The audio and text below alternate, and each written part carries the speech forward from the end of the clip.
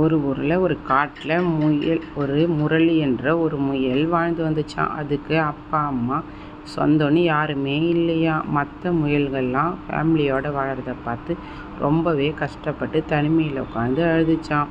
அந்த சமயத்தில் காட்டில் சோன்னு மழை பெய்ய ஆரம்பிச்சிச்சான்.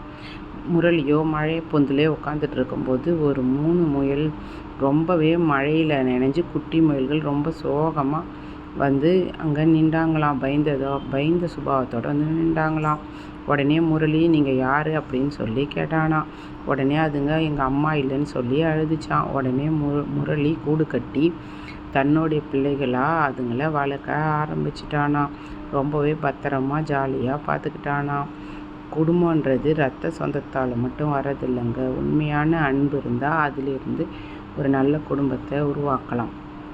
உங்களுக்கு இந்த முயல் கதை பிடிச்சா லைக் பண்ணுங்கள்.